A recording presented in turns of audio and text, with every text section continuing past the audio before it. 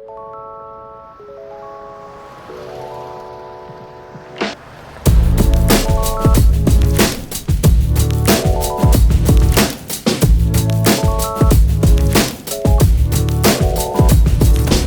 fil à 17h, c'est un nouveau rendez-vous d'information quotidien.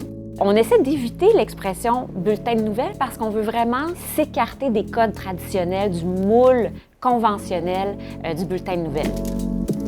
Il y a tout un volet numérique qui accompagne le fil, ou en fait qui constitue le fil. On a une équipe qui est dédiée au volet numérique et qui donc va nous aider à déployer nos reportages, nos histoires sur les différentes plateformes, puis à les décliner d'une manière qui est adaptée à chaque plateforme. Mes collègues journalistes viennent de toutes sortes d'horizons, toutes sortes de médias. On a des gens de différentes générations aussi qui nous apportent vraiment un fabuleux mélange de sagesse, d'expérience, puis de fraîcheur. Et qui vont nous aider aussi à aller rejoindre un public qui s'est peut-être senti négligé par les médias traditionnels, un public plus jeune, puis un public aussi plus diversifié sur le plan culturel. Il y a beaucoup de bruit dans une journée en termes d'information. On est bombardé de partout, en fait. Mais à 22 heures, ce qu'on va faire, c'est un peu un arrêt, même si la soirée n'est pas encore tout à fait terminée, mais c'est une pause un peu, voir qu'est-ce qui a été important dans tout ce qu'on s'est fait bombarder au cours de la journée, d'approfondir certains de ces sujets-là, mais à notre façon. Moi, j'aime raconter les nouvelles. Comme journaliste, on a un travail à faire de choisir les informations qui nous permettent de comprendre la nouvelle, puis des enligner pour qu'on les raconte un peu, puis que ça soit intéressant de s'informer de cette façon-là. Dès le 29 mars, moi, je vais animer le 22h, mais je vais aussi participer à l'édition 17h du fil.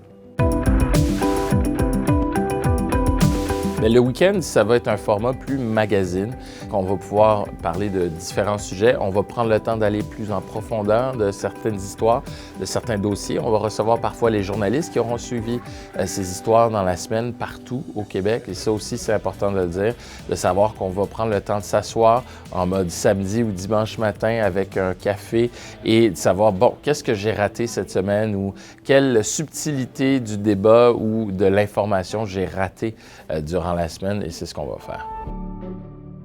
Je vais être à la tête du Bulletin de Québec en direct, 17h30, et je serai à la tête des bulletins du Saguenay-Lac-Saint-Jean, de la Mauricie, de l'Estrie, à la même heure également. Puis vous allez me retrouver aussi en fin de soirée, 22h10, dès le 29 mars, ce sera du lundi au vendredi.